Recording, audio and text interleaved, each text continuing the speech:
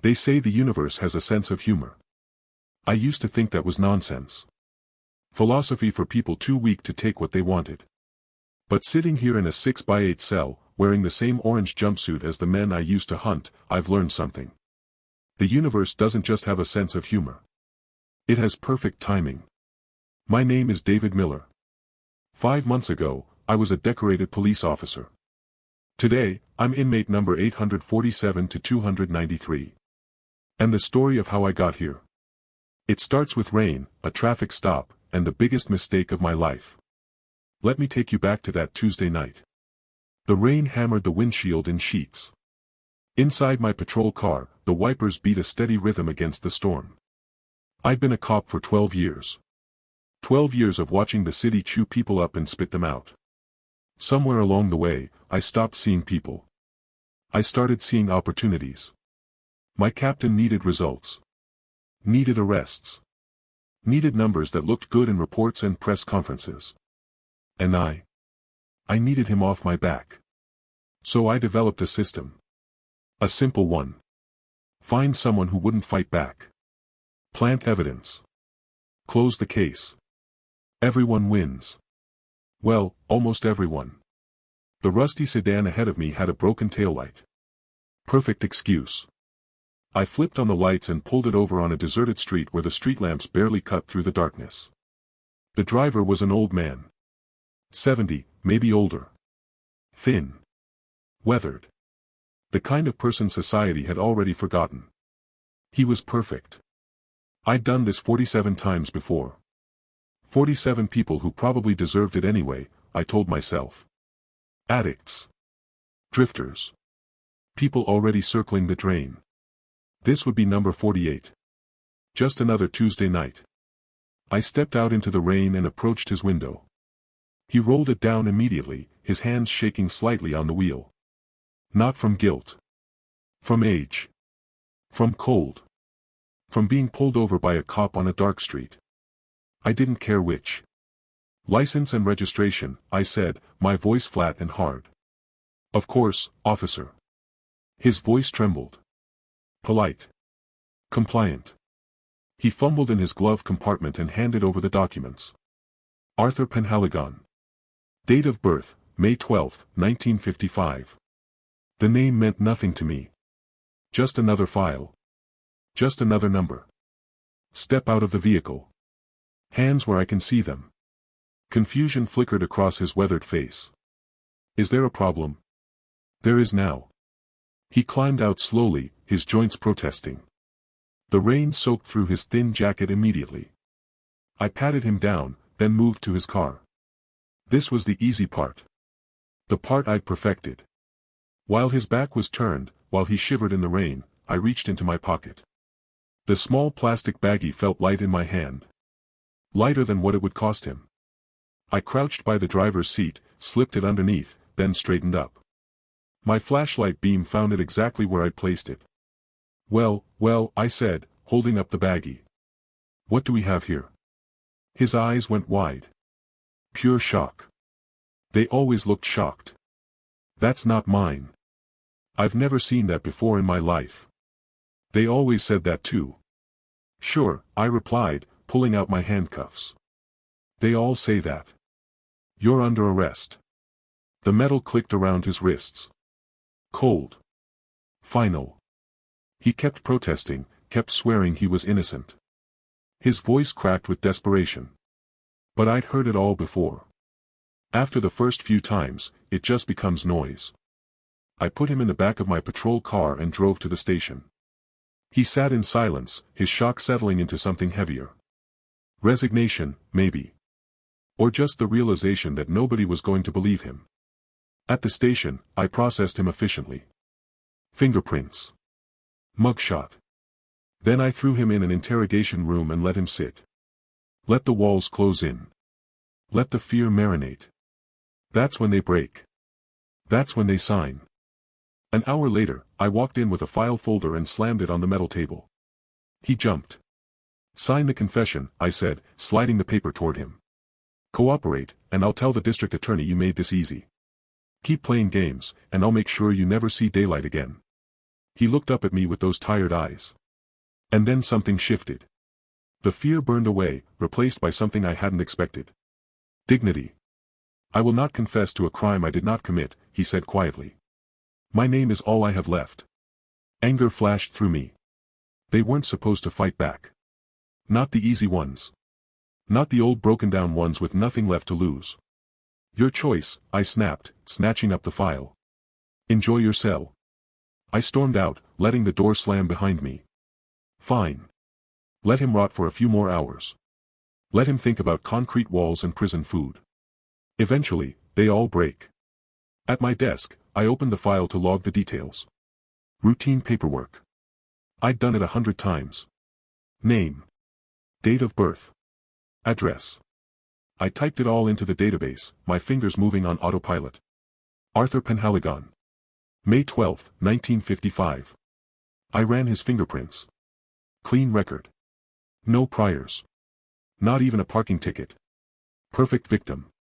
Nobody would question it. Nobody would care.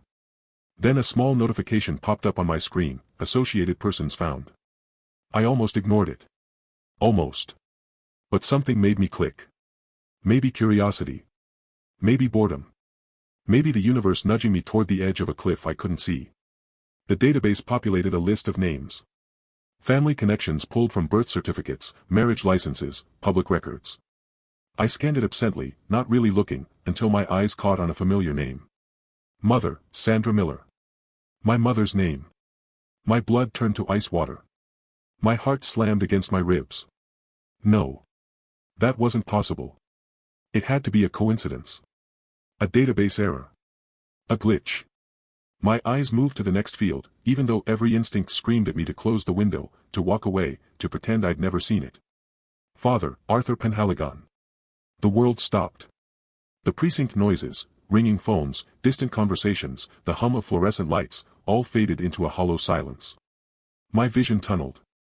My hands went numb. I stood up so fast my chair toppled backward with a crash. Nobody looked. Nobody noticed. I turned toward the one-way glass that looked into the interrogation room. The old man sat there, head bowed, hands clasped on the table. Just an old man. A stranger. Except he wasn't. Memory hit me like a freight train. Fragments I'd buried for 30 years. A man with kind eyes lifting a small boy onto his shoulders. A parade. Laughter. My mother's smile before it broke. The day he vanished. The day I was 5 years old and my father became a ghost. My mother told me he abandoned us. Told me he chose to leave. Told me he didn't love us enough to stay. And I believed her. I spent 30 years believing her. 30 years building a wall around that wound. 30 years becoming hard enough that nothing could hurt me again. And here he was. Sitting in an interrogation room. With drugs I'd planted on him. With handcuffs I'd locked around his wrists. With a confession I demanded he sign. The 48th person I'd framed. My father. Karma hadn't just caught up with me. It had been waiting. Waiting for exactly the right moment. Waiting for me to dig my own grave deep enough that I couldn't climb out. My legs moved on autopilot. I found myself walking back to the interrogation room, my hand on the door handle, my breath coming in shallow gasps. He looked up when I entered. Saw my face. The color. The expression. There's been a mistake, I whispered. My hands shook as I unlocked the handcuffs. They fell away with a metallic click that echoed in the silence. A mistake. His voice was careful. Confused. You planted that on me. Why? I collapsed into the chair across from him. The tough cop. The predator. The man who'd done this 47 times without flinching. Gone. I didn't know, I said, my voice breaking. I didn't know it was you. And then it all spilled out. The system. The corruption. The planted evidence. The lies. 47 people whose lives I'd ruined because it was easier than doing real police work. 47 people who were probably innocent. Probably. I told him everything. And when I finished, when the confession hung in the air between us like smoke, he spoke. I never wanted to leave you, David. My name. He said my name. After 30 years, hearing it from his lips broke something inside me. I got into trouble, he continued, his voice thick with emotion. Dangerous people. I thought if I disappeared, they wouldn't find you or your mother. I changed my name. I moved from city to city. I was trying to protect you. The words should have brought relief. Should have healed something.